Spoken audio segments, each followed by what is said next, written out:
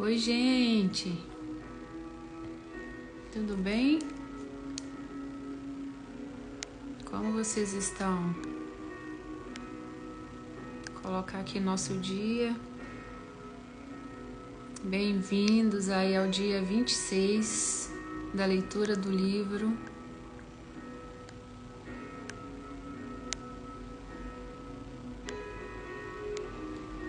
Leitura do livro Uma Vida com Propósitos. Saindo um pouco aí do horário tradicional, mas nos outros horários eu não vou conseguir, nem 6h07, nem 6h37, devido a compromissos aí profissionais.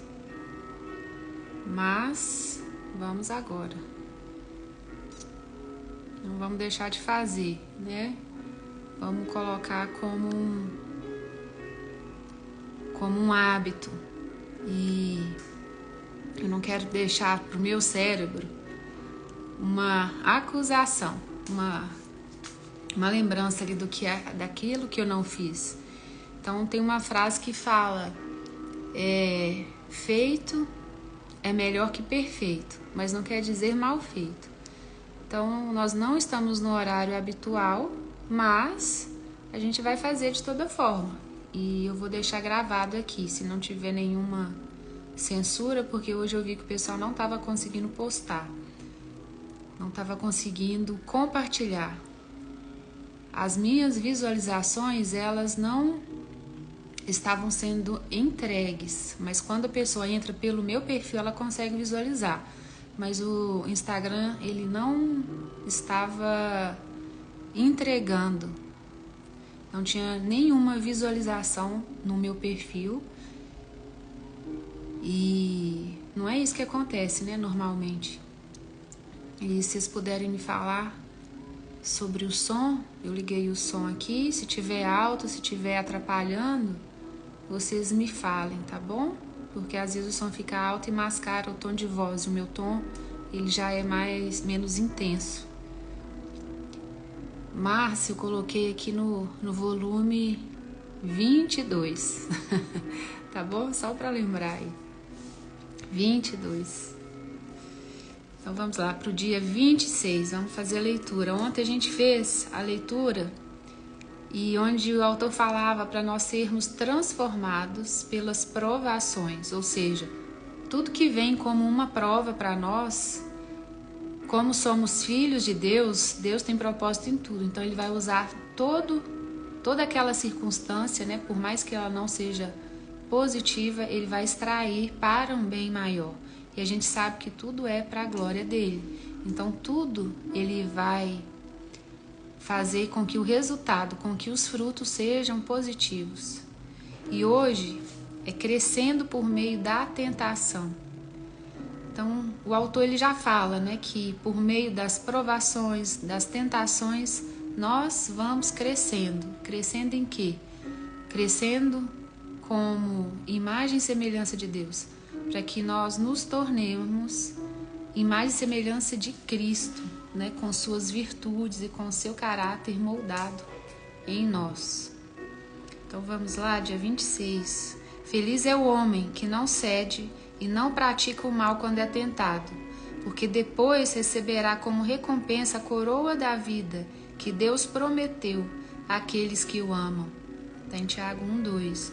Minhas tentações têm sido minhas mestras em teologia. Martinho Lutero que escreveu essa frase. E aqui a gente já fala, né, que adiantando aí o autor, as tentações elas vêm na nossa mente, na nossa carne, e é preciso que a gente se fortaleça de forma espiritual para que o espírito sobressaia diante dessas tentações, tanto na mente como na carne, no corpo, né, na esfera física. Porque se somos um ser triuno, né, espírito, alma e corpo, o nosso espírito vai governar a nossa alma e a nossa alma governa o nosso corpo. Todos eles subestimados ali pelo espírito. Então, como que a gente se defende? Pela palavra. pelo Espírito que é vida. Toda tentação é uma oportunidade para fazer o bem. No caminho do amadurecimento espiritual, até mesmo a tentação se torna um degrau, em vez de uma pedra de tropeço. Quando você percebe que ela é uma oportunidade, tanto para fazer a coisa certa quanto para agir de maneira errada. A tentação apenas apresenta uma escolha. Embora ela seja a principal arma de Satanás para destruir você, Deus quer utilizá-la para fortalecê-lo. Toda vez que você escolhe fazer o bem em vez de pecar, está desenvolvendo o caráter de Cristo. Então, todas as vezes que você tem vitória naquela tentação, que você consegue passar por cima dela, aquele caráter está sendo impregnado em você, ele está sendo gerado e construído em você. Para compreender isso, você deve primeiro identificar as qualidades do caráter de Jesus. Então, a gente precisa conhecê-lo, né, para que a gente possa pegar as características dele, né, e importar em nós. Uma das mais concisas descrições de seu caráter é o fruto do Espírito. Quando o Espírito Santo controla a nossa vida, ele produz os seguintes frutos em nós: amor, alegria, paz, paciência, bondade, benignidade, fidelidade, mansidão e domínio próprio. Isso está lá em Gálatas 5, 22 e 23. Essas 9 qualidades são uma expansão do grande mandamento e constituem uma bela descrição de Jesus Cristo. Ele concentra de modo perfeito, numa única pessoa, o amor, a alegria, a paciência e todas as outras virtudes mencionadas. Ter o fruto do Espírito Santo é ser semelhante a Cristo. É pensar como ele pensa, agir como ele age, né? E baseado nisso a gente vai desenvolvendo. Mas como o Espírito Santo produzirá em sua vida esse fruto com 9 qualidades? Ele as cria de modo instantâneo? Será que um dia, ao se levantar pela manhã, você será repentinamente abastecido de forma plena com essas características? Não. O fruto sempre se desenvolve e amadurece lentamente. São os famosos processos, não é? Essa afirmação é uma das mais importantes verdades espirituais que você poderá aprender. Deus desenvolve o fruto do Espírito em sua vida, permitindo que você vivencie situações nas quais será tentado a exteriorizar uma qualidade exatamente oposta. O desenvolvimento do caráter sempre envolve uma escolha, e a tentação propicia essa oportunidade. Então nós temos escolhas, né? Somos responsáveis por todas as escolhas que a gente faz, né? Diariamente. Por exemplo, Deus nos ensina a amar, colocando pessoas desagradáveis ao nosso redor. Amar pessoas agradáveis e que ainda por cima são amáveis conosco não exige nenhum caráter, é muito fácil, né? O Senhor nos ensina a verdadeira alegria no meio da aflição, quando nos voltamos para Ele. Ele é a nossa alegria. A felicidade depende de circunstâncias eternas, mas a alegria fundamenta-se no relacionamento com Deus. Então ela é um fruto, né, do Espírito. O Senhor promove a verdadeira paz dentro de nós, não fazendo com que tudo saia como planejamos, mas permitindo períodos de confusão e insegurança. Qualquer um pode se sentir tranquilo observando um belo pôr do sol ou relaxando durante as férias, mas aprendemos a verdadeira paz quando optamos por confiar em Deus, em situações nas quais somos tentados a ceder à preocupação e ao medo. E aí gera uma pergunta para nós: nós estamos com medo? Nós estamos preocupados? Então, para gerar o caráter de Cristo em nós descanse. Descanse no Senhor e encontre nele a alegria que você precisa. Porque essa alegria é desenvolver o caráter de Cristo em nós, independente das circunstâncias. Porque nós tememos a uma pessoa e se nós cremos nela, não há o que temer. Da mesma forma, a paciência é desenvolvida em situações nas quais somos forçados a esperar, enfrentando a tentação de nos entregarmos à ira por causa de nosso pavio curto. Deus recorre à situação oposta de cada fruto para nos permitir escolher. Você não pode afirmar que é bom se jamais foi tentado a ser mal. Não pode se dizer fiel se nunca foi tentado a ser infiel. A integridade é construída ao se derrotar a tentação da desonestidade. A humildade cresce quando nos recusamos a ser arrogantes. A perseverança desenvolve-se sempre que resistimos à tentação de desistir. Cada vez que você derrota uma tentação, torna-se um pouco mais semelhante a Jesus. Então, quando as tentações vêm, mande ela ir embora, porque você ficará mais forte após isso. Como a tentação se manifesta? É bom saber que Satanás é absolutamente previsível. Ele tem usado a mesma estratégia e os velhos truques desde que o mundo foi criado. Todas as tentações seguem um padrão idêntico. É por isso que Paulo declara: estamos bem familiarizados com os seus esquemas malignos. A Bíblia ensina que a tentação segue um processo de 4 etapas que Satanás fez uso tanto na tentação de Adão e Eva quanto na de Jesus. Quais etapas são essas? Na primeira etapa, Satanás identifica um desejo dentro de você. Então, o que você deseja? Cuidado quando essa tentação vem naquela área específica que você anseia. Pode ser um desejo pecaminoso, como de vingança ou de controlar os outros. Pode ser um desejo normal e legítimo, como de ser amado, ser valorizado e sentir prazer. A tentação começa quando Satanás sugere, com um pensamento, que você ceda a um desejo. Ei, Aninha. Um desejo maléfico, ou realize um desejo legítimo da maneira errada ou na hora errada. Cuidado com os atalhos, frequentemente são tentações. Então a gente sabe que a vida ela é feita com processos, e se existe algo que está ali se mostrando, né, se revelando como um atalho, cuidado.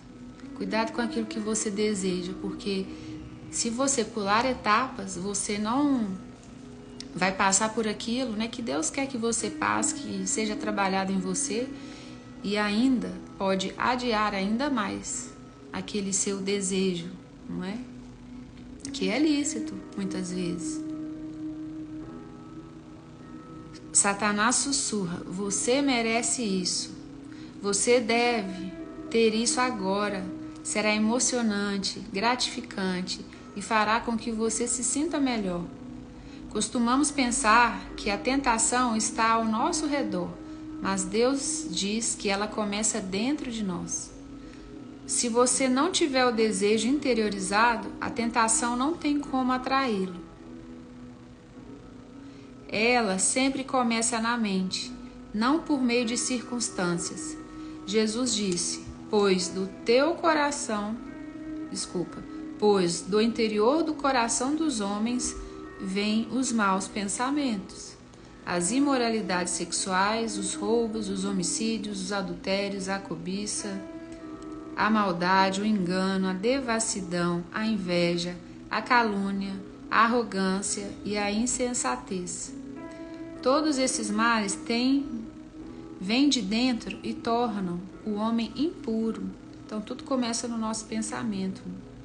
Tiago afirma que existe um exército inteiro de maus desejos dentro de vocês. A segunda etapa é a dúvida. Satanás tenta fazê-lo duvidar do que Deus disse sobre o pecado.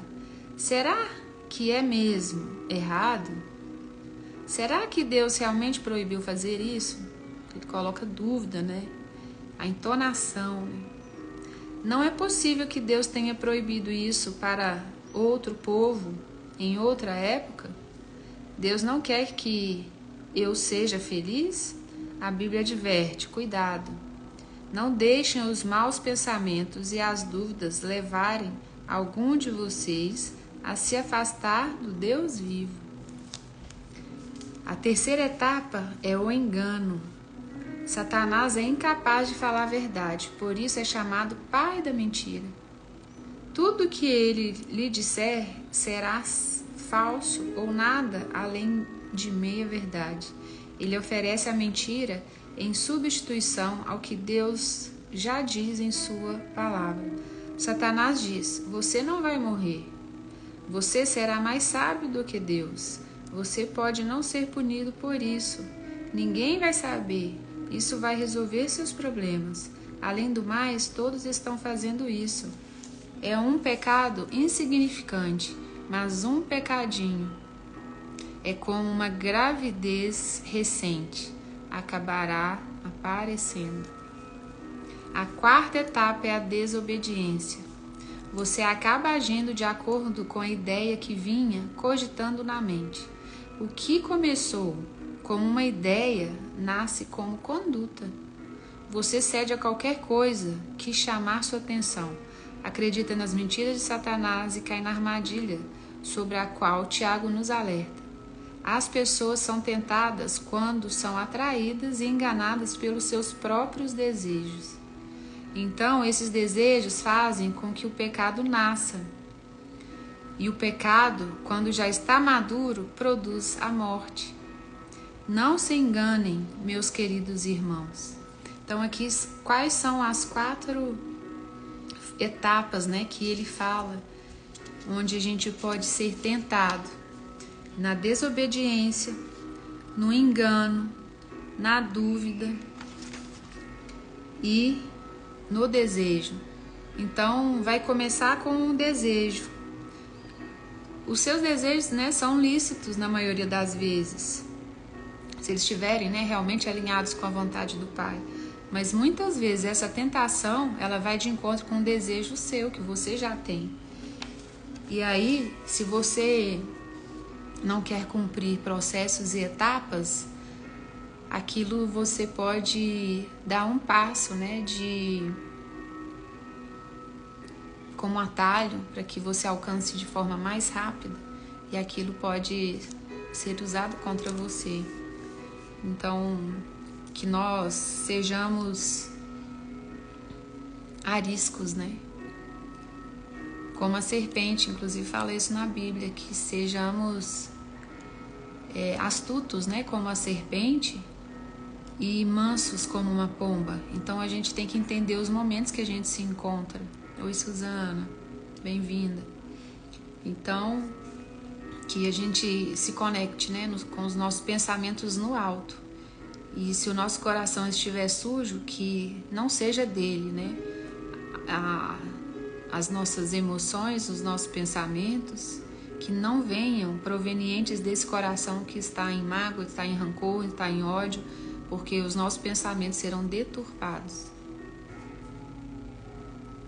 Superando a tentação. Compreender como a tentação se manifesta é bastante proveitoso, mas alguns passos são necessários para que você venha a superá-la. Recuse-se a ser intimidado. Muitos cristãos são aterrorizados e aviltados por pensamentos tentadores, sentindo-se culpados por não estarem fora do alcance da tentação. Eles sentem vergonha pelos simples fatos de terem sido tentados, sinal de que não entendem o verdadeiro significado de maturidade espiritual. Você jamais se livrará da tentação. Então, ao sentir, né, tentado, pode vir até um processo de culpa, mas saiba que o homem ele vai ser tentado mesmo. Mas, se você tiver com o espírito fortalecido, você vai resistir à tentação. Jesus veio nos ensinar isso, né? Que ele foi tentado, mas ele não pecou. Ele continuou firme, porque ele estava ativado, né, espiritualmente, ele se sentia amado pelo Pai. Ele estava em jejum, né, buscando essa santificação, inclusive, e ele se sentia amado pelo Pai. Então sinta-se amado, né, por Deus, e saiba que Ele tem grandes planos para você e confia nele. E não pense em burlar, né, esses processos que a vida muitas vezes nos apresenta, mas que de forma, né, por tentações, que nós possamos passar por todas elas, sem nos envolver com elas. Em certo sentido, você pode considerar a tentação um elogio. Satanás não precisa tentar aqueles que já fazem a vontade dele, pois já lhe pertencem. Olhem isso, gente.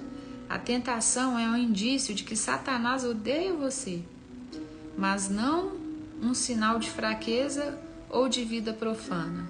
Isso também faz parte da nossa natureza, pois somos humanos e vivemos num mundo destituído de Deus. Não fique surpreso, abalado ou intimidado por isso.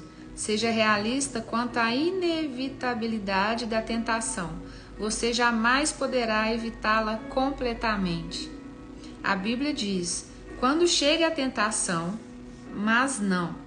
Se chega a tentação, Paulo orienta: lembrem-se de que as tentações que surgem na vida de vocês não são diferentes das que os outros enfrentam. Ser tentado não é pecado. Jesus sofreu tentação, embora nunca tenha cometido pecado. A tentação só se torna pecado quando você se entrega. Lutero afirmava: não podemos evitar que pássaros voem sobre a nossa cabeça, mas podemos evitar que façam ninho sobre ela. Você não pode impedir o diabo de lhe sugerir pensamentos, mas pode escolher não assimilá-los ou agir de acordo com eles. Por exemplo, muitos não sabem a diferença entre atração física ou excitação sexual e sensualidade. Não são a mesma coisa. Deus fez de cada um de nós um ser sexuado, e isso é bom. Atração e excitação são reações naturais e espontâneas, uma inclinação afetiva concedida por Deus como resposta à beleza física. Já a lascívia é uma atitude deliberada do desejo. É a escolha de comprometer sua mente com algo que você gostaria de fazer com seu corpo. Você pode se sentir atraído ou mesmo excitado sem escolher pecar pela lascívia. Os homens cristãos, principalmente, sentem-se culpados quando os hormônios que foram concedidos por Deus exercem o devido efeito fisiológico. Quando reparam numa mulher atraente, presumem que isso já é lascívia e sentem-se envergonhados e culpados. No entanto, atração não equivale a desejo sexual ilícito, até que você comece a insistir nisso. Na verdade, quanto mais próximo de Deus você fica, mais Satanás se esforça para tentá-lo.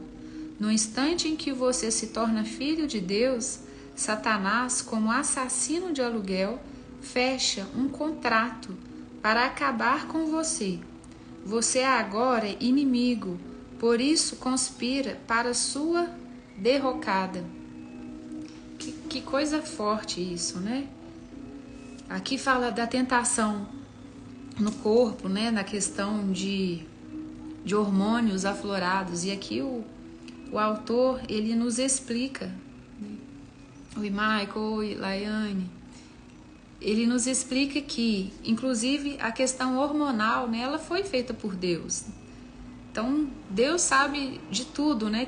Tudo que Ele fez é perfeito em nós. E quando a gente, né, vê alguém bonito, aquilo ali, ele está despertando algo na gente. Só que a gente deve ter o quê? Cuidado com aquilo que a gente está gerando no nosso pensamento. Porque aqui eu acho que a gente tem até que confrontar com a Bíblia em uma parte de Provérbios que fala, porque se a gente comete, se a gente deseja no nosso pensamento, aquilo já aconteceu, considerando pecado aquilo que está no nosso pensamento. E aqui o autor fala, né, é baseado também na Bíblia, porém ele fala de uma certa maneira que As tentações, elas vêm, mas nós devemos vigiar para que esses pensamentos não tornem-se atitudes, porque a gente sabe o que é certo e o que é errado.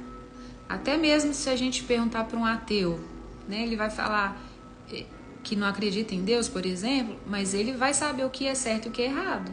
Então ele conhece os princípios, ele conhece a natureza original. E aqui o nosso despertar é: qual é a nossa tentação? Porque muitas vezes elas vêm e vão. Se eu tenho uma tentação em minha vida e eu a conheço, vai ser muito mais fácil de vigiar ela, porque ela vai ser constante na minha vida. Exemplo, seja em infidelidade, né, traição, seja em relação a dinheiro, seja na glutonaria. Então, normalmente ela vai ser a porta de entrada para que você tenha uma atitude que não provém de Deus, não provém, né, dessa imagem e semelhança de Deus. Então essas tentações, elas vão sempre vir da mesma forma. Então, será que tem um lugar que você é tentado? Um lugar específico? Eu falo um lugar geográfico mesmo. Será que é em viagem? Será que é numa academia? Será que é num shopping? Será que é num clube? Será que tem um horário específico? Exemplo, um vício, né, de pornografia, as tentações que vêm. Será que é o uso do computador na madrugada? Será que é pela manhã? Será que é no banheiro? Onde que esses vícios, né, que você imagina que você é tentado e você sabe disso? Onde e qual horário que você pode sofrer mais com isso? Então, é nesse espaço geográfico e nessa área que nós devemos ser cautelosos. Ou seja, se eu tenho tentação em ir para o clube e imaginar pessoas ali, ver gente de biquíni, aquilo me desperta algo, provavelmente eu tenho que evitar essas situações. Em viagem, né? Eu estou viajando, estou em um hotel e aquilo me desperta algo. Então eu vou viajar com uma pessoa, sempre estar com uma pessoa, para que esses pensamentos não venham me assolar. Porque o pensamento, ele pode até vir, mas se você permanecer com ele, você poderá cair se você não tiver força espiritual para colocar aquele pensamento para correr, vamos falar assim.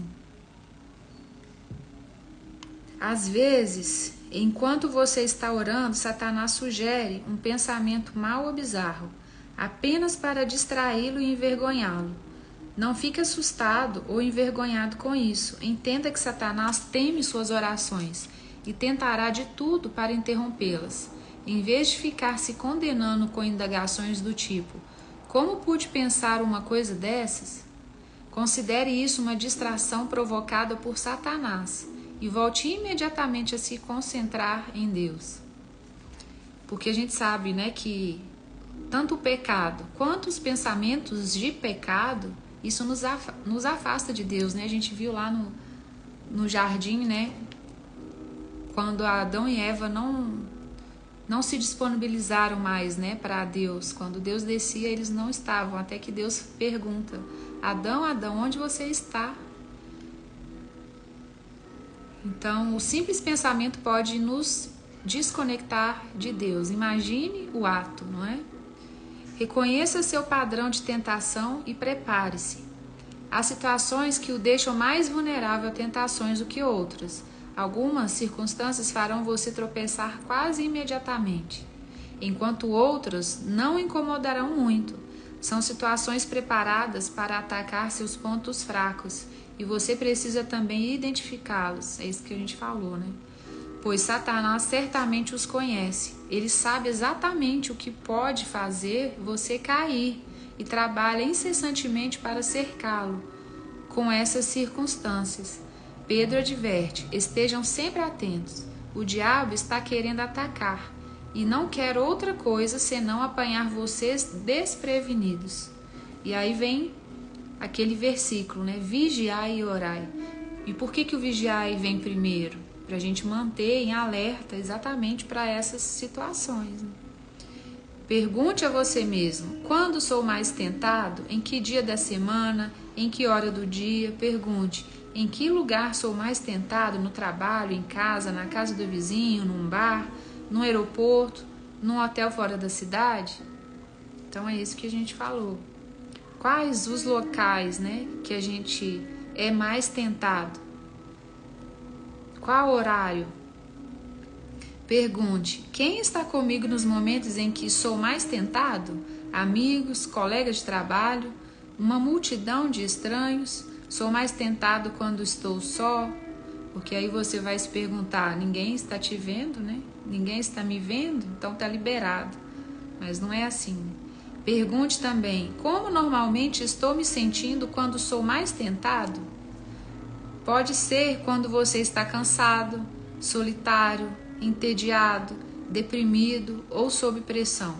Ou talvez quando está magoado, zangado, preocupado, ou ainda após um grande sucesso ou momento de enlevo espiritual. E aqui a gente acha, né, que é só no momento de circunstâncias, né, de conflitos com emoções abaladas que a gente pode cair, que essa tentação vem, mas não. São momentos de glória, são momentos de alegria, mas também são momentos de tristeza, de se sentir sozinho,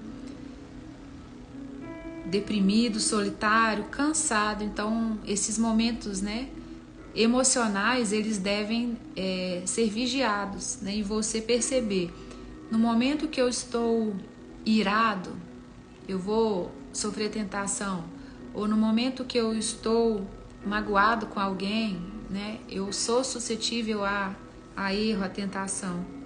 Você deve identificar seu padrão de tentação e então se preparar a fim de evitar tais situações, tanto quanto possível. A Bíblia nos adverte continuamente em nos prevenirmos para enfrentar a tentação. Paulo admoesta: não deem ao diabo oportunidade para tentar vocês. O planejamento prudente reduz a tentação. Olha que legal isso, gente. O planejamento prudente, porque às vezes a gente fica sem rota. E aí a gente dá muito espaço para coisas acontecerem. Siga o conselho de Provérbios. Pense bem no que você vai fazer. Evite o mal e caminhe sempre em frente. Não se desvie nem um só passo do caminho certo. O povo de Deus evita os maus caminhos e se protege, observando o lugar por onde vai. Peça ajuda a Deus. O céu tem uma linha direta, 24 horas para emergências. Que bom saber isso, né? Deus quer que você peça ajuda quando a tentação estiver muito forte. Ele diz: e clame a mim no dia da angústia. Eu o livrarei e você me honrará. Está em Salmo 50:15. Chamo isso oração micro-ondas, porque é rápida e objetiva. Socorro! Quando bate a tentação, você não tem tempo para uma conversa longa com Deus. Simplesmente clama por socorro. Davi, Daniel, Pedro, Paulo e milhões de outros fizeram esse tipo de oração instantânea, pedindo ajuda na hora da aflição. A Bíblia garante que nosso pedido de socorro será ouvido, porque Jesus se compadece de nossa luta. Ele enfrentou as mesmas tentações que nos afligem. Cristo compreende as nossas fraquezas, pois ele enfrentou as mesmas tentações que enfrentamos, ainda que não tenha cometido pecado. Se Deus está aguardando para nos ajudar a derrotar as tentações, por que não pedimos sua ajuda com mais frequência? Falando com franqueza, às vezes não queremos ser ajudados, queremos ceder à tentação, embora saibamos que é errado. Nesses momentos, achamos que sabemos mais do que Deus o que é melhor para nós. Então aqui é uma situação, né, de rendição. Nós precisamos nos render e como fala aqui, né, que o nosso canal de comunicação com Deus está aberto 24 horas. é o nosso canal de emergência, né? Nosso pronto-socorro. E Deus está esperando ali esse momento, está esperando que nós clamemos, né? Por Ele, para que Ele nos ajude e que nós possamos vencer essas tentações. Em outras ocasiões, ficamos envergonhados de pedir o auxílio divino, porque continuamos a ceder à mesma tentação repetidas vezes. Deus, porém, jamais se irrita, se aborrece ou perde a paciência se continuamos recorrendo a Ele. A Bíblia diz: tenhamos confiança e cheguemos perto do trono divino, onde está a graça de Deus. Ali receberemos misericórdia e encontraremos graça sempre que precisarmos de ajuda. O amor de Deus não se esgota e sua paciência permanece para sempre.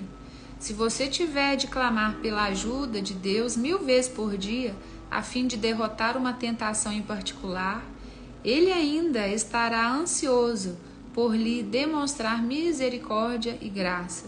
Então apresente-se corajosamente diante de Deus, peça-lhe forças para fazer a coisa certa e depois espere que Ele proverá.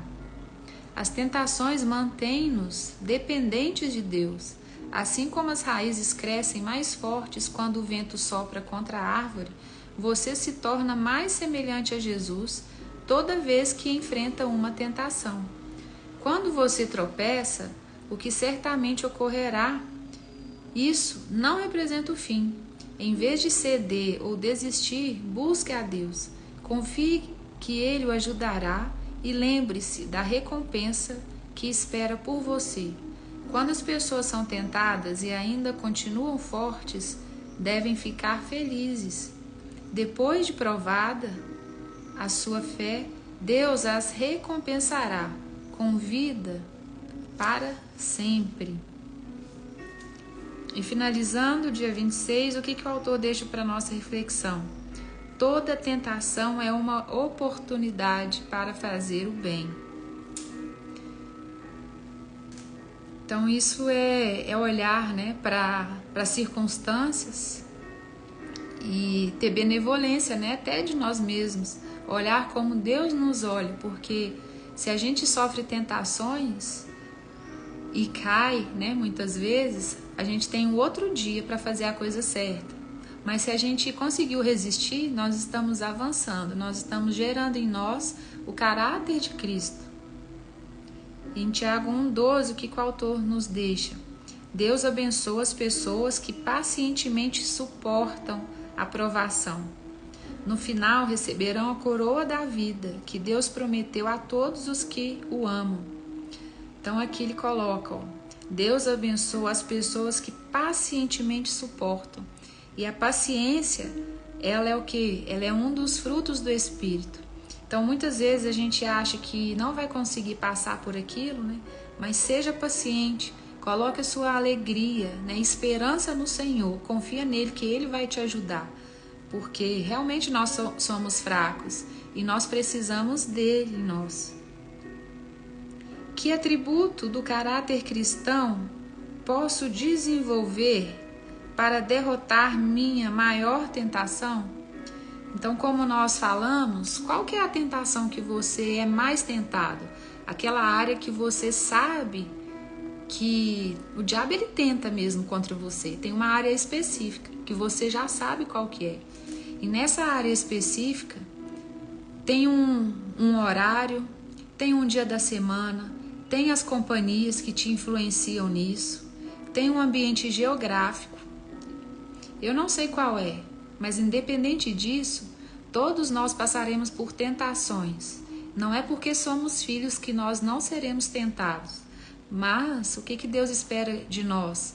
Como Davi, né? Como Pedro, como Daniel, como Paulo, que nós clamemos pela presença do Senhor na nossa vida para que Ele nos fortaleça e a gente possa passar por tentações com louvor, gerando em nós esse crescimento espiritual, esse caráter de Cristo em nós. É o que Ele espera de nós, porque se for por nós mesmos, a gente não consegue. O nosso espírito que vai governar a nossa mente que também governará o corpo.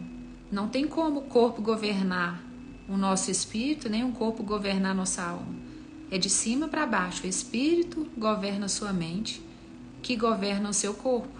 E esse alinhamento, né, do corpo, da alma, tem que ser por meio do espírito. Se eu estou fraco no corpo e na alma com os meus pensamentos, eu preciso buscar a presença do Senhor para que esses pensamentos vão para longe. Porque, como o autor fala, os passarinhos podem vir na nossa cabeça, mas fazer o ninho, aí é com você. Aí é responsabilidade sua, tanto de buscar a presença como também de não buscar. E a gente sabe que mesmo com tentação e com esses pensamentos, a gente pode até gerar culpa em nós, mas sabe que todos nós vamos ser tentados. Mas o que vai diferir as tentações uns dos outros? O nosso encontro com o Senhor, a nossa busca com Ele, o nosso fortalecimento nele, para que a gente possa passar com louvor diante dessas dificuldades. E Jesus veio para nos ensinar isso, que Ele passou por tentações, mas Ele resistiu com a palavra. Ele viveu exatamente a palavra e aquilo fortaleceu quando o diabo tentou sobre a vida dele. Tentou na alma, tentou no corpo e tentou no espírito, quando ele faz aquelas perguntas, né? Então, que se você foi tentado hoje, espero que você não tenha caído. Se você caiu, as misericórdias do Senhor se renovam a cada amanhecer. E nós temos as misericórdias do Senhor em nós, habitando em nós, para que a gente possa recomeçar diante de um novo dia, uma nova mentalidade, uma fé maior e uma conexão maior com o Senhor. Tá bom? Fiquem com Deus. Desculpa aí pelo horário, porque se eu não fizesse agora eu não ia conseguir fazer mais tarde. Tá bom? Um beijo para vocês, Laiane, Dona Estefânia, Michael. Obrigada aí pela presença, tá bom? E vamos nos fortalecer, né? Em nós, uns com os outros e em Cristo, para que nós não, né, caiamos nessas tentações que virão para as nossas vidas, mas nós vamos vencê-las em nome de Jesus, né? Beijo para todos, fiquem com Deus. Amém e amém. Um beijo.